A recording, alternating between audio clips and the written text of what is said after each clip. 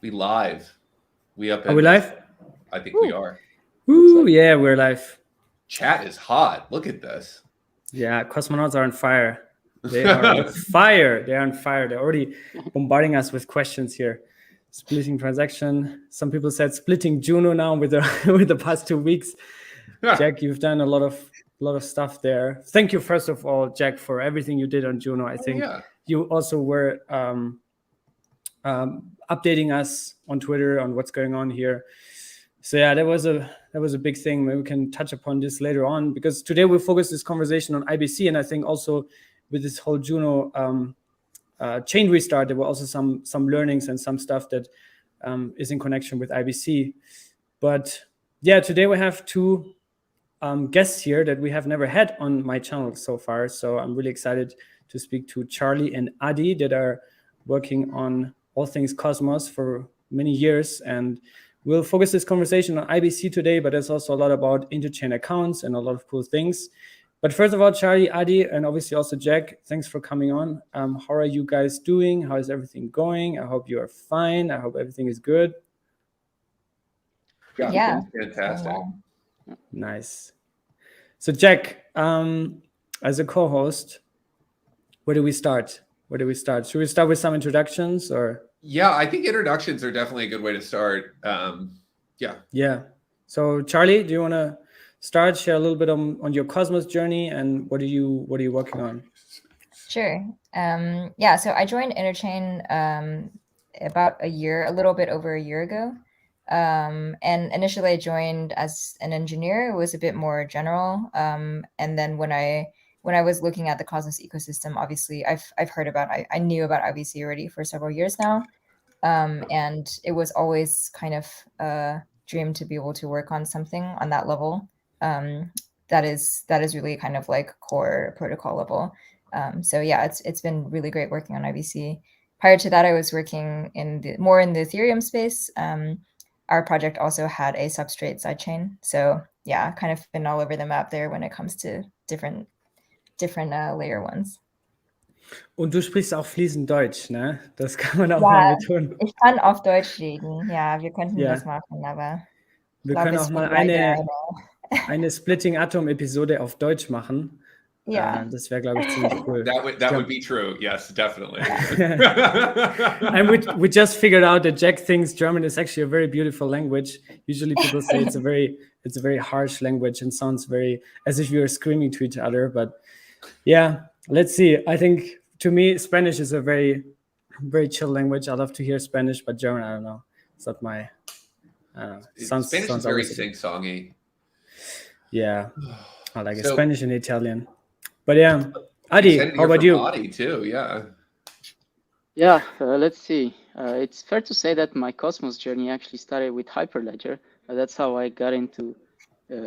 First time what I heard about Tendermint was in relation to Hyperledger and the competition between this consensus protocol and that other consensus protocol, and that's how I entered the ecosystem through basically the consensus protocols which are at the core of these platforms. That was around 2 years and a bit ago. And since then, I'm mostly focusing on Hermes. I learned a lot about engineering in Rust, so that was very fun, and it's a big chunk of what I do these days. And IBC is at the heart of it, so it's all of it involves IBC. Cool. Yeah, I think we can start this conversation with kind of like a general overview on how IBC is architectured. Before we get into some of the details. And maybe the question to either Adi or Charlie, whoever wants to take this first, is it would be cool if you can give a broad overview on how IBC is designed and what makes it this perfect interoperability standard for the blockchain economy in your eyes, maybe from like an architectural point of view. I can take it, Adi, if you. Yep. Yeah. Please go ahead. So I think. Obviously, interoperability is a really hot topic nowadays. There are a lot of different ways that people talk about interoperability. People use the term cross-chain communication or bridging or interoperability. Right now, all of those things, like in the mainstream, more or less. I didn't drive the forerunner. We took the. But I think that what we like to think about for IBC is that, contrary to something that I would call bridging protocol, which is just something that is like responsible, usually, you know, some sort of like validator controlled multisig or whatever, which is used to pass an asset back and forth between ecosystems. IBC is really architectured in a way that it allows for a lot more than just the passing of assets. And what I mean by that is that it really allows for cross-chain message passing on a native level, in the sense that we don't define in IBC what kind of data needs to be passed. It's not like, oh, you need to pass tokens over this bridge, or you need to pass NFTs. It's like IBC can allow you to pass anything from tokens and NFTs, but all the way to transactions, which are then executed on the other chain. And what we kind of like to call, you know, like bringing the application to the asset rather than having to have the user move the assets around to all these different ecosystems. So I think that's really like primarily the really fundamental architectural difference between IBC and other interoperability protocols, and kind of why I would argue that that makes it the best standard to push for cross-chain communication. I would also add one more thing to that, Charlie. I think that the like client bridge architecture is just this sort of like huge step up in terms of security on top of the multisig model that is sort of commonly deployed in bridges. And the combination of the architecture as a general interoperability protocol, which is kind of fundamentally different than anything else out there. There's some other chains that are talking about doing this, that are working with the IBC standards, but no one else has really sort of pioneered this in the way we have. And then the other thing would be that light client model, which both are great spots to dig into. Adi, do you have any thoughts on that? Yeah, not necessarily. I could complement it with some other insights, but Charlie and Jack gave a pretty... Yeah, one thing that I could say is when I first read the specification of IBC and when I was kind of onboarding myself into what it means and so on, for me, the way it all made sense, it was through the perspective of the fact that all chains have to, that there has to be multiple chains and they have to be sovereign. And it's not about exchanging, like Charlie said, a certain type of payload, but it's about, broadly speaking, communication. So it's like a Swiss knife that allows you to do many things, and it's rather complex when you compare it to a bridging protocol. It's not a bridging protocol, so that's what I would say. It is really at the heart of it that chains continue to be sovereign, and chains understand how they communicate with others, and they understand the risks of communicating with other chains.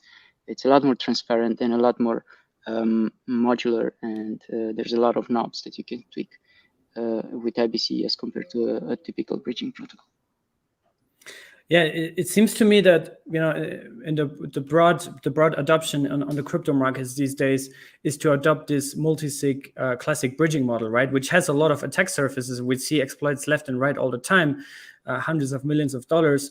But why do you think this is still? I mean, now IBC is gaining a lot of traction, but why is this classic traditional multisig bridging model still predominant? Is it because it's just easier to deploy, or why is that?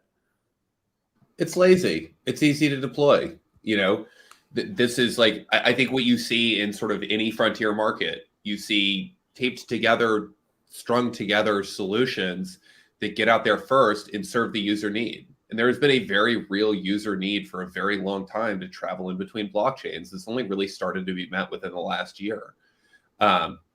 We saw some sort of basic bridges back in 2020 that sort of kicked off some of DeFi summer, but that basically happened almost entirely on Ethereum. And it wasn't until after that where we started to see bridges. The Cosmos thesis has long been that there is this broad interchain. The best way to build a truly decentralized layer that can undergird global finance is to link all of these separate sovereign entities. And, you know, I think that the desire for bridges that has led to the ability for there to be $100 million plus hacks on a regular basis, while still having interchain commerce across those same rails, shows the massive desire for the technology that we're building. And it's why IBC is just like hockey sticking up into the right in terms of adoption. If you go on Map of Zones and you check out how much value has been transferred, like, just go check it out once a week. I try to check it out quite a bit. I look at this number, like, you know, that's me. But it's expanding rapidly, and it's because there's a huge demand for safe bridging, and IBC is proving again and again that it is the most secure interoperability protocol out there. And it's because we put in the hard work on light client design. Adi did a ton of that work on the Tendermint light client and sort of the initial relayer implementation stuff. That is a huge part of it. Formal verification. The informal team sort of specializes in that. The sort of care and craftsmanship that went into IBC is not duct taped together. It's a nice trestle bridge that you see all over the West that are still sort of standing in America and sort of took us out of that frontier period. And, IBC will take us out of this frontier period of bridges. Yeah, I also see, Jack, you've been very vocal on Twitter also against admin keys and decentralized bridging models.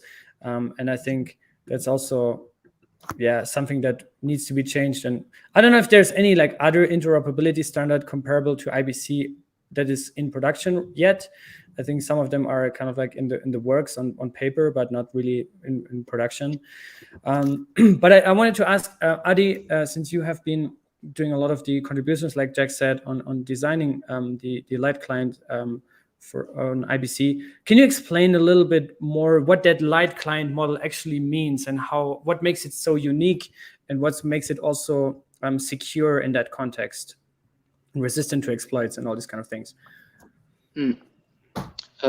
Let's see. So I should say that I was just part of the team who did it. I was actually not focused on the light client. I was just basically at the interface with it. But you could, if you were to describe what the light client does and its interface, you could say that the light client encompasses all the security assumptions about a foreign chain. So light client tells you what you can trust about the foreign chain, and the way you parameterize the light client is the way you parameterize your assumptions about the foreign chain. So if you're hub and you're communicating with Osmos, and you have a light client on on the hub for Osmos, that light client has certain parameters, and that parameters say for how long each validator set within Osmosis can be trusted, like the trusting period. It tells you what is the trust threshold, whether is it a validator set, a threshold out of the validator set of 1/3 or 2/3, and so on. So it actually overlaps with the actual security assumptions of Osmosis itself. Because whenever the validator set on Osmosis does something, they agree with one another on proceeding with a certain block or not. And when they do that, they come to disagreement by relying on threshold assumptions, 2/3 and so on. And those are also encapsulated in the light client. Is this roughly speaking what you had in mind? But so what I want to get down to on very, very like simple terms, I'm just gonna ask this like direct, is something that we've seen on other chains where you have 100 million, 200, $600 million exploits, is that something that would technically be possible that somebody could exploit IBC one day? Is that, and how likely would that be? I think those are, well, there's two answers to that. One is there may be a bug within a chain that is completely, has nothing to do with the light client, has nothing to do with IBC, that could allow such an exploit. And that could be something like a different question, and that's possible, of course. And then there's the other part, which could touch on the light client, but in this case, it wouldn't be the light client that is to be blamed. It would actually be the chain that you communicate with. If that chain forks, then everything is off the table.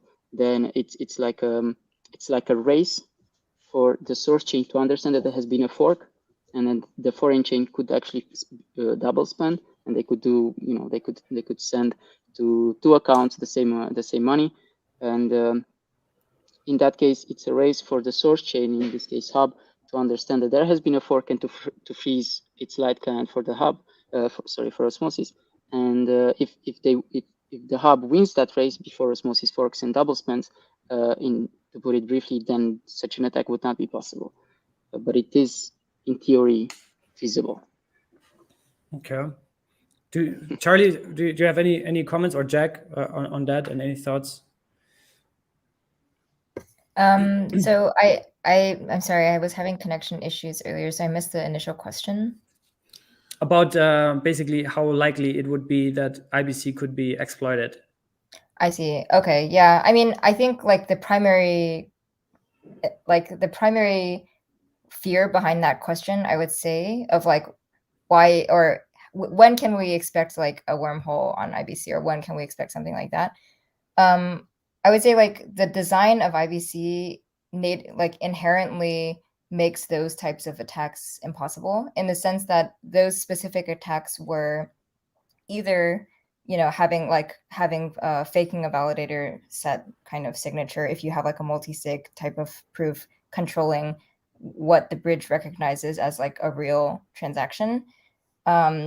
You're going to be able to spoof that a lot more easily if you don't have like a light client architecture. So the way that IBC is designed does kind of give us the highest security guarantee. It's like, rather than having to trust the bridge to tell you, okay, this is a real transaction, you just have to trust the consensus of the chain you're interacting with. So, obviously if there's like problems on the chain, like it's anyway going to be a problem for your asset. But at the sense that you don't have to trust the bridge in order to trust the asset, that's a way that IBC design kind of mitigates for that type of attack. And the other type of attack, which we've been seeing a lot, are attacks on smart contracts. And this is kind of like what happened with a lot of these Solana hacks, is that with smart contracts are very complex.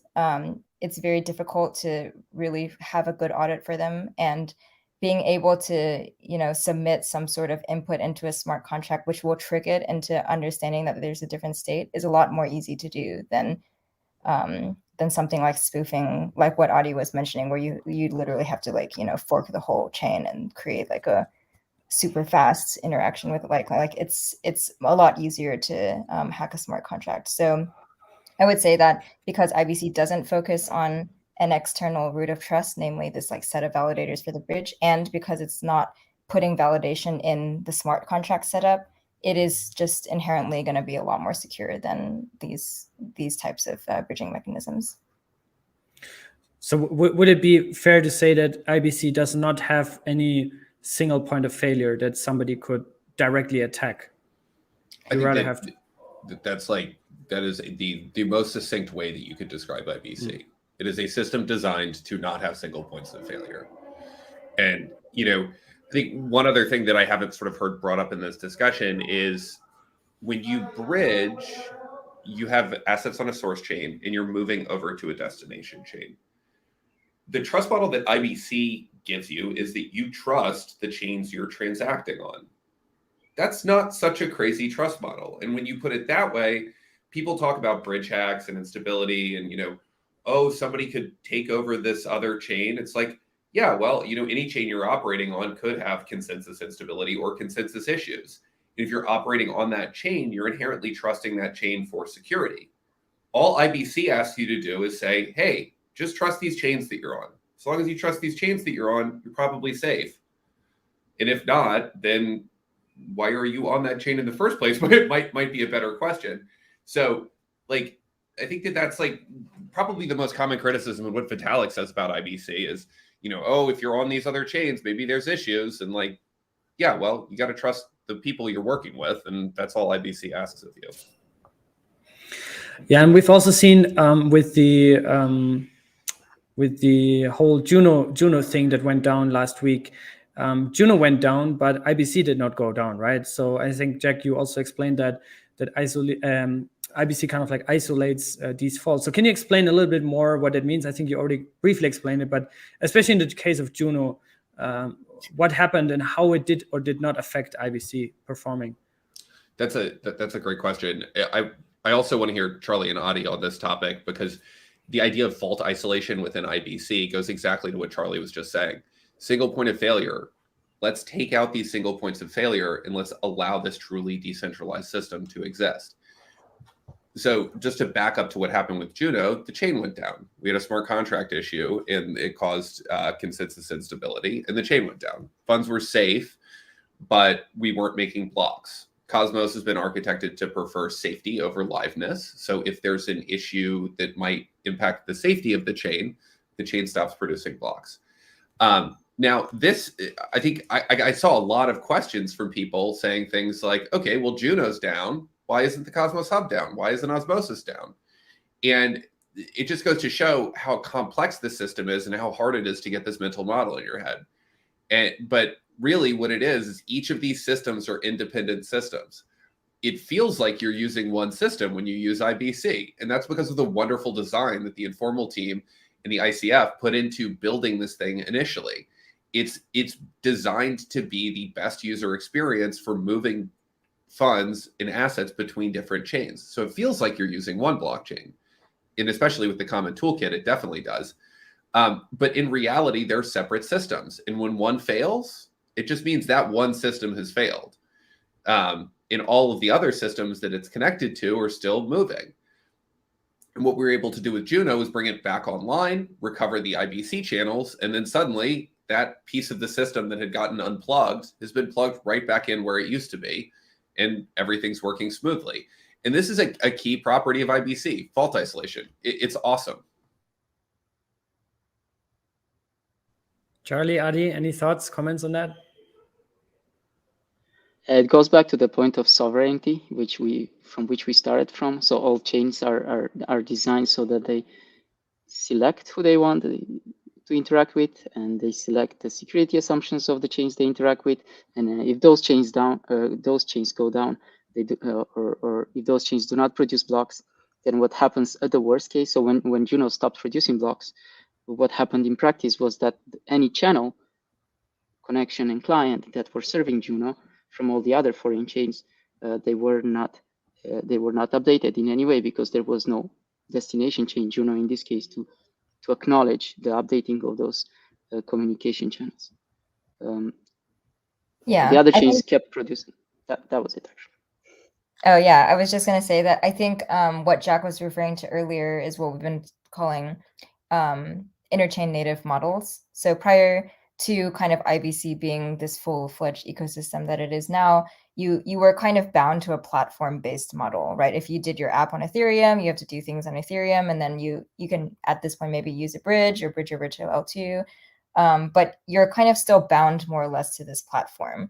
And anything that requires in your product model to move between platforms is going to make friction for your users, or like generally designing of your tech really difficult. But I think what IBC does, and specifically with the latest feature that we just released, Interchain Accounts, what it enables you to do is actually just think about the interchain rather than being like a composite of different platforms, really as like a whole platform, you know? And I guess like the way that I think about it is, right now, if I'm interacting with, let's say I want to look up the weather on my phone, you know, my app in the background is going to be interacting with the service endpoints of a lot of different types of services that provide the satellite data, that provide, you know, the maps, that provide the actual amount of precipitation or this kind of thing.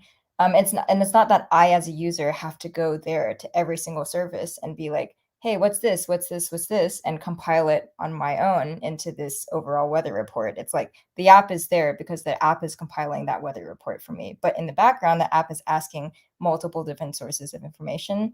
And ideally, that's the kind of both user experience, but also, you know, like fault isolation we want from an interchain native product. Like we want, you know, if the service that's giving you the precipitation update goes down, we don't want that to take down the whole application, right? It's like maybe you won't be able to see that information for a bit, but that's the kind of like vision I think that makes sense for interchain products.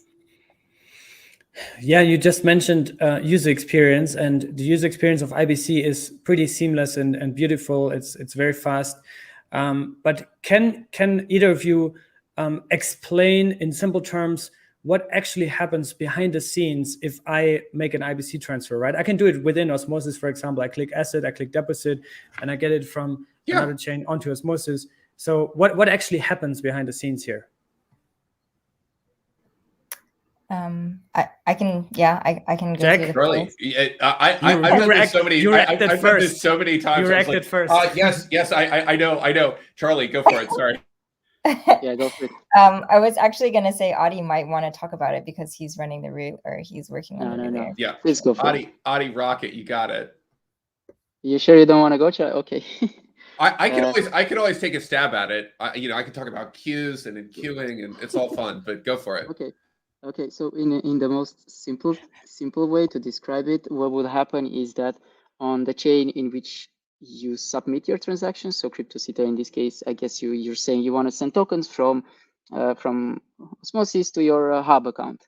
In this case, Osmosis would produce a transaction, and that transaction would be noticed by a relayer. There's many relayers kind of just sitting and waiting for and monitoring what is happening on every chain, and they would notice your transaction. And once they do that, they notice this is an IBC transaction. This is not governance or staking or other module. This is IBC module. So now relayers, they know that they can act on IBC type of transactions. And what they do a couple of queries on the source and destination chain. The source chain in this case being Osmosis, the destination being Hub. And it just does a couple of queries and it puts together a transaction that reflects your intention to send money from from Osmosis to the Hub. And it submits this to the Hub. And the Hub processes that as an ordinary transaction, and it mints your tokens on the Hub.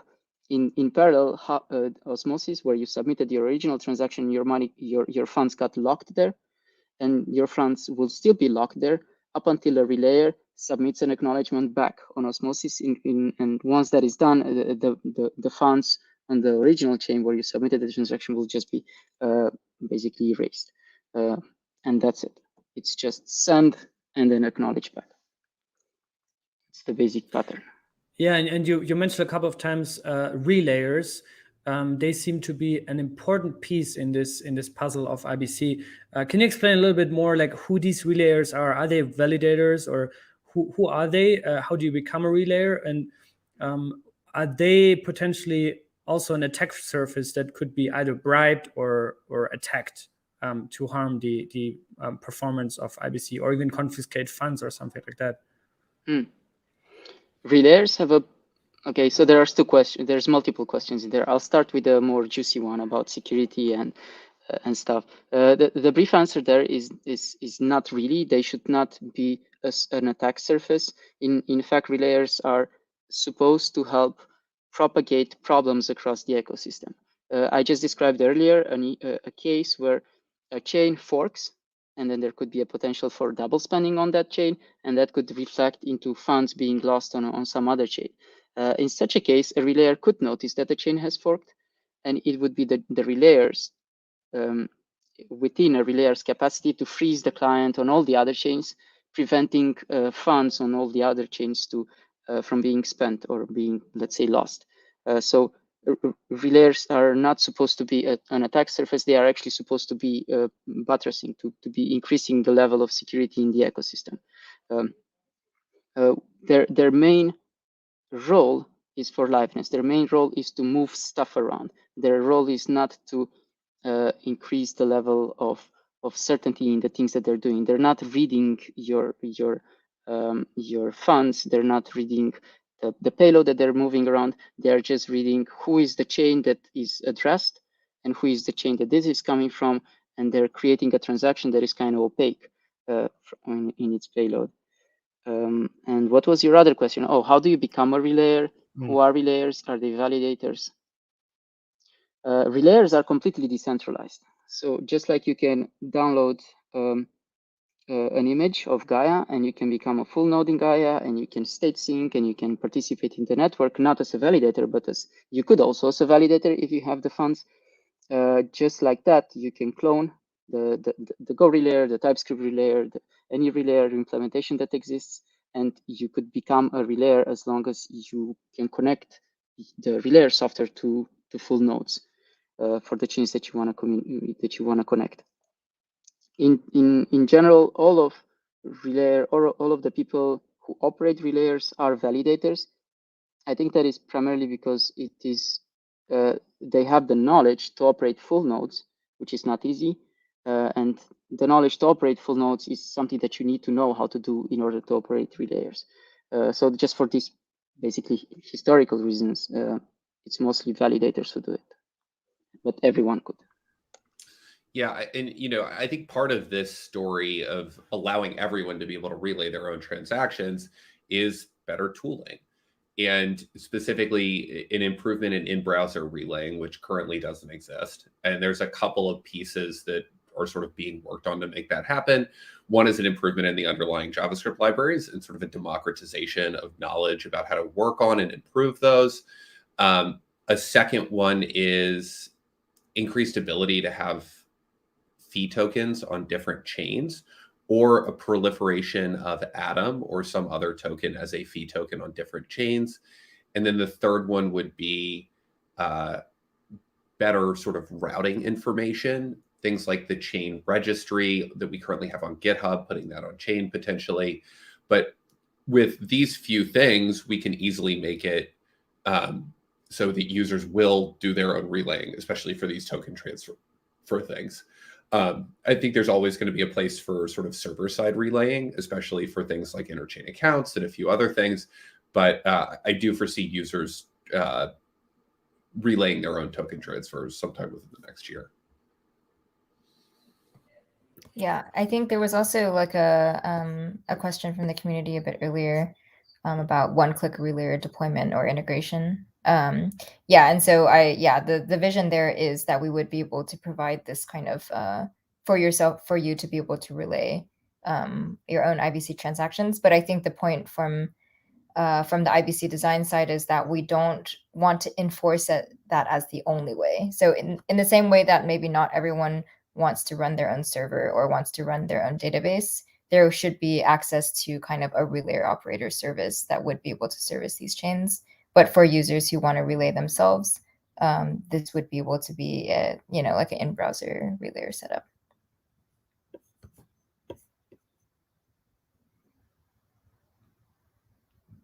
I was muted. Before I talk a little bit about interchain accounts, I think that's also a very hot topic. Just went live on the Cosmos Hub, and I think also some other projects in the Cosmos ecosystem said they were looking to adopt it and implement it very soon. Let's talk a little bit about IBC adoption. Currently, we have, 44 chains that implement IBC, a bunch of them lined up, a bunch of them that are integrating it, or that are just being spun up and natively already have it in. How do you foresee the adoption of IBC moving forward? Yeah, Jack? Hey, I have to jump. I got to go jump on with somebody from the SOC team. We're having some issues with the chain. So I got to go do that. But no worries, Charlie, thanks. You guys are in great hands with Charlie and Adi to talk about IBC. So thank you guys for coming on again today. And thank you, Crypto, for setting us up. Sure. In a bit. Good luck. Yeah, so IBC adoption, what are your thoughts? Also potentially to kind of like non-Cosmos native chains. What do you think that is going to play out? Yeah, so I think it was always kind of a misunderstanding that IBC works only with Cosmos chains. Obviously, it works out of the box with the Cosmos chains, but there are current implementations being worked on right now for IBC clients that would connect to the Polkadot and Kusama ecosystems, so kind of a substrate IBC palette, as well as to the Near ecosystem and to Harmony. And in addition to kind of, so I've just talked, for Substrate and Near, for example, because of the type of consensus mechanism that they have, it's a little bit easier to implement a IBC style light client that we would need for this kind of like most secure type of IBC transaction. That being said, it is possible, like IBC doesn't say that you have to have a light client implementation. It does say this is going to be the most secure way. And so that's the highest security guarantee you can have if you're passing an asset over. But for chains which don't fulfill certain technical requirements for this, proof of work chains, for example, it's not that IBC would not work out of the box, but there are ways that you would be able to basically use the IBC protocol in a special construct for a proof of work chain. It won't give you the same security guarantee as having that kind of consensus like encoded in light client, but it will be able to give you at least as good of a guarantee as any other bridging protocol out there that's run with a validator set. Are you guys aware of like any other major ecosystem? You just dropped Near and some other names, Harmony, and so on. Substrate, yeah. I heard that, I think Composable, they're building a bridge to connect Substrate with IBC. Are you aware of any other like clear implementations that are currently in the works, and how does that normally work? Is that they come to the ICF or they come to Informal and they ask you, hey guys, we would like to implement it, can you help us with that? Is there some formal collaboration going on, or how does that process normally go? Yeah, so the teams and implementations we're concretely supporting at the moment are with Celo, Near, and Substrate, and Harmony, and I guess Hyperledger, Besu. There's like an enterprise stack, which is maybe not as relevant for the listeners on this show. But yeah, the way it normally works is that you need to have a few different things in order to implement IBC for another chain. The first one is deciding what the light client implementation will be. And it is the most difficult part of IBC, because as we know, coming to consensus, especially when you're dealing with a diversity of different consensus algorithms, is the hardest thing to do. Like that's probably the hardest aspect of interoperability. So we support these developers in like the light client design. Adi's team, who builds the relayer infrastructure, obviously needs to support this kind of work as well, because the relayers need to understand that packets are coming from a different type of ecosystem. And so I think between the two of our teams, really, and Jack's relayer team obviously does as well a lot of work there. But between the IBC team and kind of the relayer teams, there's a lot of support that we can give to external ecosystems who are interested in integrating IBC. Adi, do you have any thoughts on that? And do we have actually a number of like how many relayers there currently exist? Is that something that we know? Go ahead, Sharon.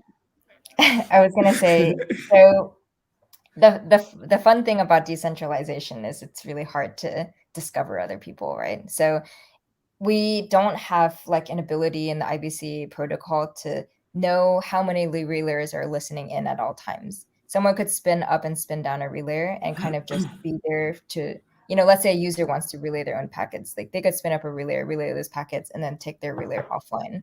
And the protocol is not going to dictate, okay, you have to stay online, or this is the number of relayers there are.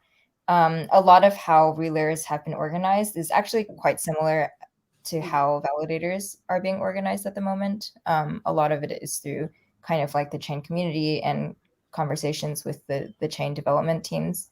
And in fact, all of the operators right now are running their own validators for the most part, because they just already have the technical know-how to run this kind of infrastructure. So it doesn't, and sorry, I didn't really exactly answer your question. No, that's fair. That's fair. We're in a decentralized world. That's all right. What about channels? So in order to establish these connections through IBC, so you don't only just implement IBC, you also have to create channels, right? How does that process work? And how do you foresee that as IBC adoption progresses? Currently, I think there's the Cosmos Hub, I think Terra, Osmosis, they have quite a few hundred channels. I think the Cosmos Hub is still predominant. Do you think that the Cosmos Hub is kind of like establishing itself as this ultimate IBC terminal? And yeah, or how do you see that playing out in the future with these channels? And also maybe you can explain how it is to set these channels up in the first place. Maybe Adi, if you want to cover channels, I can cover the hub stuff. All right, that's a good split. So channels are actually two layers of abstraction higher than clients. Channels are simply a tool to say what client am I using and who am I communicating with, roughly speaking. A channel says this is towards Terra, or this is towards Osmosis, or this is towards the hub. So a channel just encodes that information, saying locally on the hub, for instance, who is this addressing? And it's like a pipe in which you drop packets, and they come up order at the other end. You can also have unordered channels. You can have ordered channels, and you can close them. You can say now I no longer want to accept anything, and establishing a channel between two different networks is a simple process of a couple of transactions on each side of the channel. So a channel has two ends. Like I said, it's like a pipeline, and whatever you drop in one end reaches the other end. And it is the basic abstraction underlying packet send and packet receive that I just described earlier that happens when you do a fungible token transfer. So a channel, to complement a bit what I just said so far, is when you open it via ordinary transactions, and any user could open a channel, which is both a great blessing because anyone could do it, the blessing of decentralization, but it's also a potential problem because users can create these arbitrary new channels that are not monitored by anyone, and they do not represent any kind of valuable path of communication between chains. So a channel is something that offers a path of communication. It has to be maintained by relayers. It has to be maintained active, so to speak. So it's not something that you should just open and then forget about it. It's you could call it a piece of the infrastructure that once you open it, it should be maintained. Yeah, I think the maybe most important takeaway from that is that increasing the number of channels between two different IBC connections, like let's say between the hub and osmosis, increasing the number of channels there is not going to increase the amount of traffic you can handle. It's a little bit counterintuitive because I think a lot of people think, oh, I want to open more channels so that more packets can go through. But like Adi said, a channel is one pipe where you're dropping packets through and the packets come out on the other end. But because we're dealing with interoperability and we want to provide the security guarantee, the channel basically tells you, okay, this is the path that your packet has traveled. So if you drop your packet into a different channel, that packet is going to come out with a different path on it because it has gone through a different channel and therefore it has a different security guarantee. So I think that's one really important thing to remember, is that channels are there, and ideally you would have one kind of canonical channel between each connection in order to provide for fungible liquidity. But that being said, I think one important thing to note though is that the zones like the hub are really important because they can handle so not multiple channels but multiple connections, and that's kind of like the crucial difference. So we don't want to increase the number of channels, but what we want to do is increase the number of connections because that gives us more access to different zones. IBC right now, like live, the ecosystem looks like a bunch of different point-to-point connections. So, chains are connected to osmosis and then they're connected to each other, etc. And it's all like kind of one-to-one. It is fine right now. Like we only have 43 or 44 chains. But, as the ecosystem continues to grow at the rate it's going to become unsustainable for every single chain to have a connection with every other chain in the interchain. And so this is kind of where the hub comes in and where we think about something we call multi-hub routing, which is right now, let's say I want to transfer something from Crescent to osmosis or whatever the case is. It's just one hop. That's just like one path my token has to take. But let's say something like Interchain Accounts comes in and I want to actually have a transaction that like I on the user end am not seeing this, but in the back, maybe my chain has to talk to 3 different chains and that information has to travel across 3 different hops in order to get to me. I would ideally want a way that like as a relayer or as a chain, I don't need to worry about, okay, is my chain connected all the way through? And so that's where the idea of something like a router comes in, where it's like you connect to a chain like the hub. The hub has all of these connections to all these different chains. And so you only, in order to get the access to the entire interchain ecosystem, you don't have to yourself go out and do all the work of doing the one-to-one connections. You would just connect to something like the hub, which would then be able to provide all of the rest of the connections for you. And both for relayers as well as for chain devs, it's like in our kind of idea, the easiest way to scale the interchain ecosystem. And do you think also that the hub, there would be some sort of, I mean, Jack touched upon it earlier, some sort of fee mechanism that the hub would kind of like accrue for providing this as a service, like IBC routing as a service? Yeah, so I think obviously, this is kind of one thing we see a lot with bridge architectures at the moment, is that whenever you make a transfer over a bridge, a lot of times, whether or not you know it as a user, you are kind of paying these fees to the bridge. And so we do see being a router as similarly a way to accrue value for the hub. But I think like also having the hub there to be able to handle the traffic is going to bring a lot of other like there's like the immediate fees it could gather for transactions, but there are also a lot of business models I think the hub can be part of whenever it is an interchain routing module that would be able to basically expose it to, let's say, value add-on like osmosis. One thing that we've been talking a lot about with Interchain Accounts is having the hub's community pool, or having kind of like the source of Atom in the hub being used to execute different types of transactions on different chains, obviously subject to hub community governments. But, having the hub being able to do a lot more with its own assets over IBC is another avenue that we think has a lot of potential. Nice. Adi, do you have thoughts on that? On the hub as no. a router? No, Charlie nailed it quite well. Nice. Cool. Okay, so let's spend a few more minutes before we wrap it up to talk a little bit about one of the hottest implementations on the Cosmos Hub with the recent Tether upgrade, which is the Interchain Account module, right? I think, Charlie, you had some thoughts there. Maybe you can share a little bit about the basics and also how this will impact IBC and also the broader Cosmos ecosystem eventually.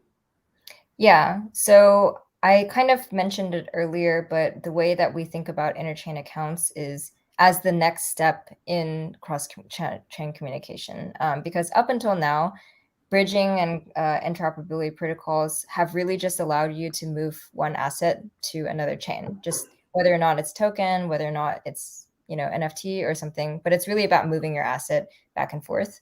But with interchain accounts, what it allows you to do is actually have each chain really act as like an API or a service endpoint, or kind of somewhere that's going to provide data or be able to execute transactions for another chain. And what I mean by that specifically is like before this as a chain, like if I was designing a model, I would have to almost give the user a list of instructions like, hey, if you want to execute this DeFi strategy, please first put your tokens here, use this wallet, then move your tokens from this wallet over this bridge to this chain, and then do, it's like this list of instructions you have to follow where you as a user are kind of like actively hunting down every step.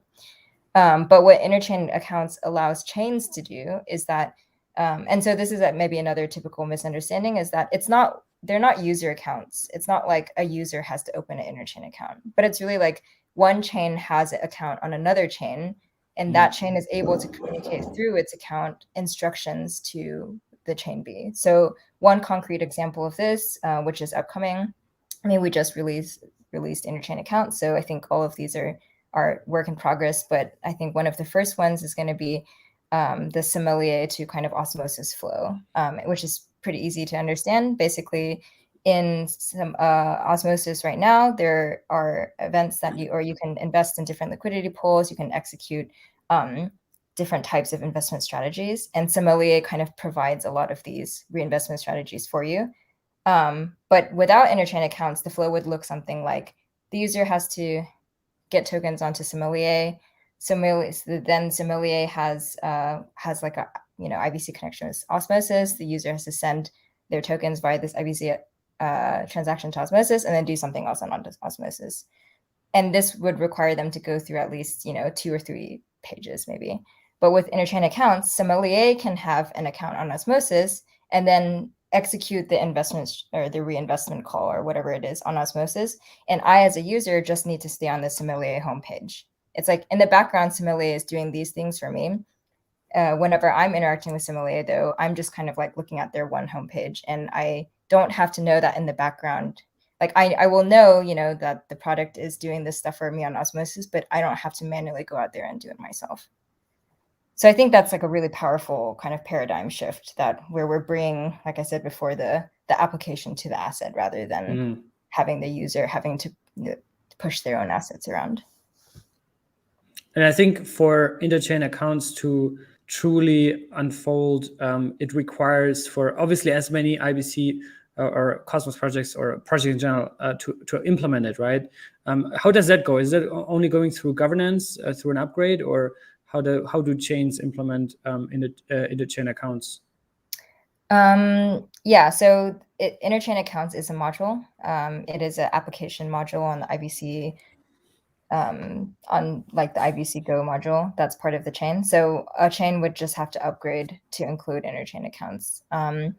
There are some security guarantees that we give for people who want to use Interchain Accounts, because obviously it could be quite dangerous if Interchain allows any chain to just execute transactions on another chain. And so where the community comes in is that the governance is what whitelists the types of messages that you can pass between chains. So like the community will decide what kinds of interactions it wants to allow. Let's say like the Sommelier community will decide, and Osmosis community will decide which kinds of transactions they want to allow to be executed between the two chains. And so if you have, like a malicious chain that's spun up, it's not like that chain is going to just be able to open up an Interchain account and start doing things on another chain. It's like the community will still have to allow that. But if they do allow it, then it comes out of the box with Interchain Accounts. Very cool.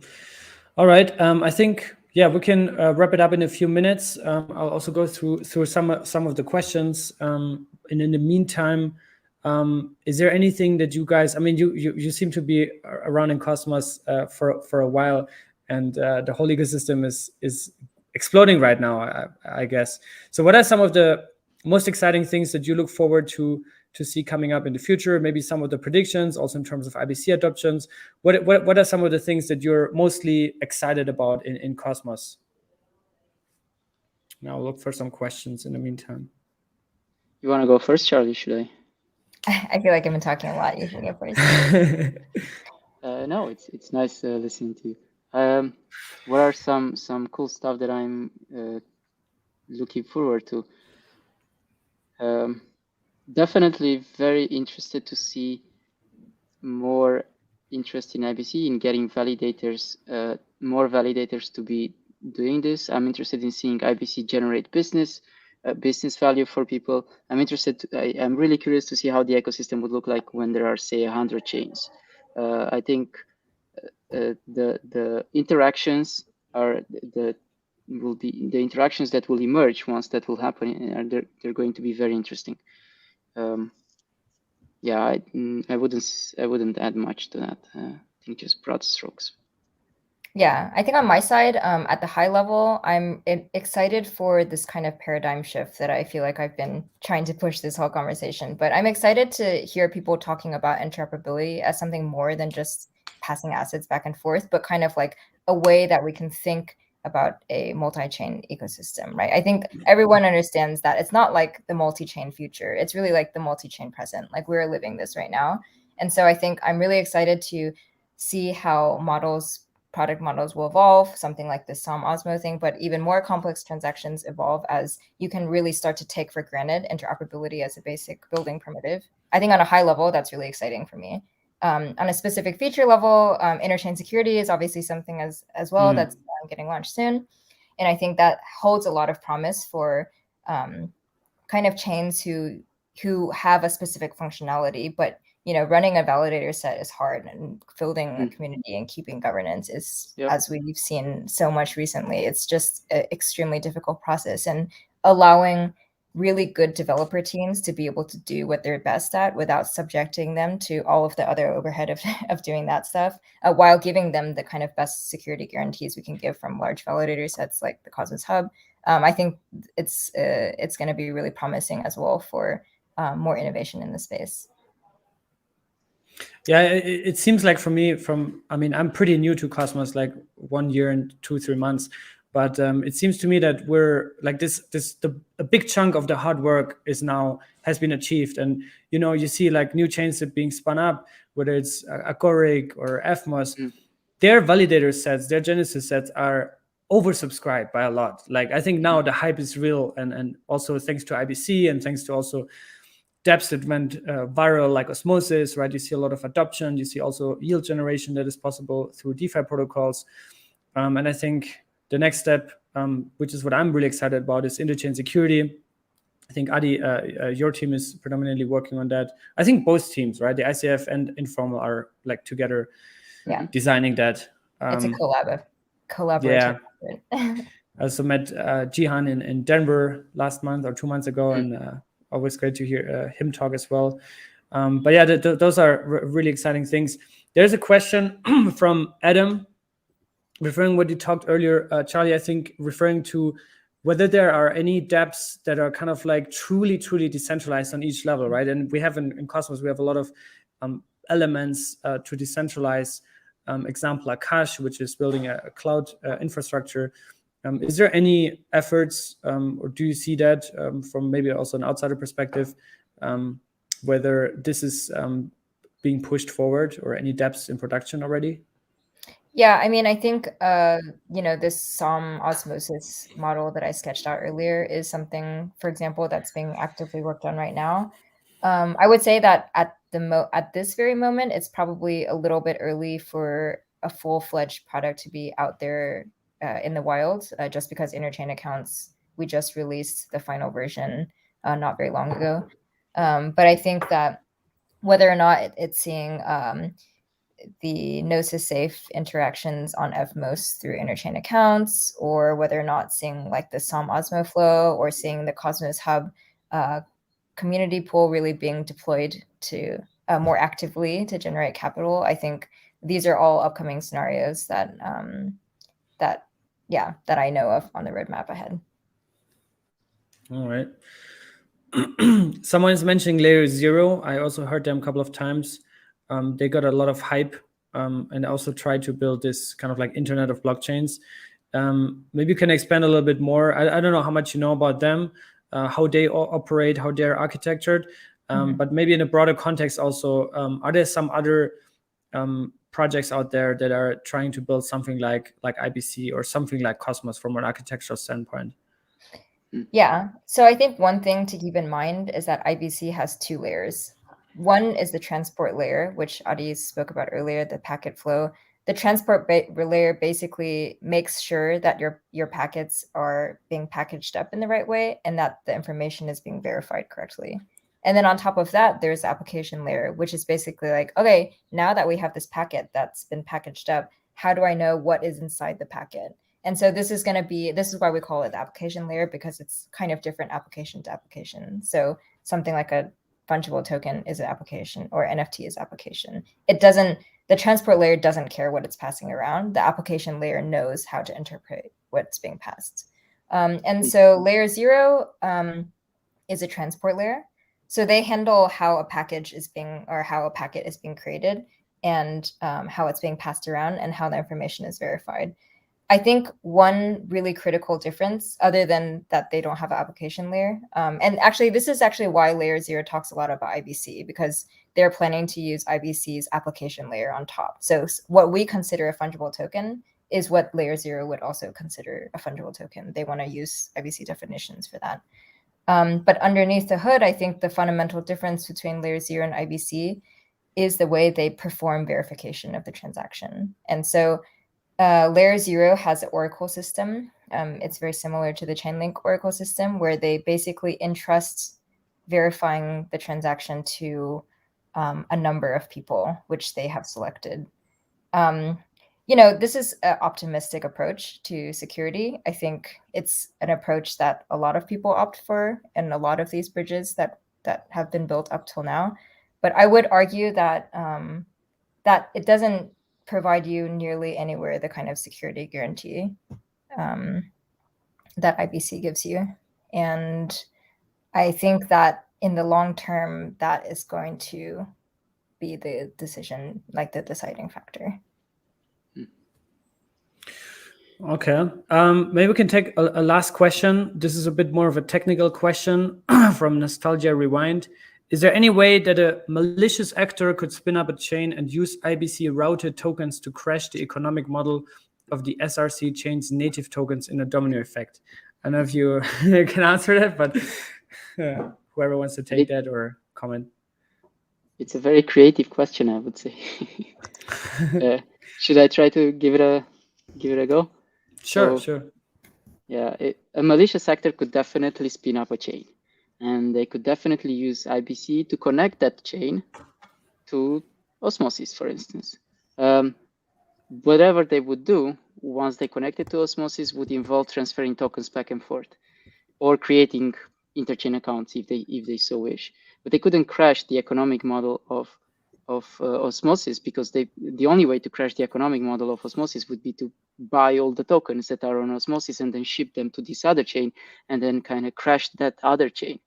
But this would involve buying all, or a big chunk of the circulating Osmo, and that is essential. That is essentially the equivalent of buying them and then not using them. So I don't think that's what the question is about. The question probably means exploiting something or doing something else that I can imagine, but that would not really be possible. The most that they could do would be to buy the Osmo, or buy as much Osmo as there is on the market, ship them to another network, and then get that network crashed, and then they will all be lost. That's something I could imagine happening. But again, it would involve a lot of money. Yeah, even in that case, I guess, like, on the Osmo side, if you know that the chain has crashed and it was due to another malicious action, you could choose to kind of like have a representative denom potentially. Yep. Yeah, but it would, like you said, it would be extremely unlikely. Yeah, it's not even malicious. It would just be, I have all this money, I have all these Osmo, and it's my choice to destroy them if I so wish. So I wouldn't call it malicious. I would just call it maybe destructive.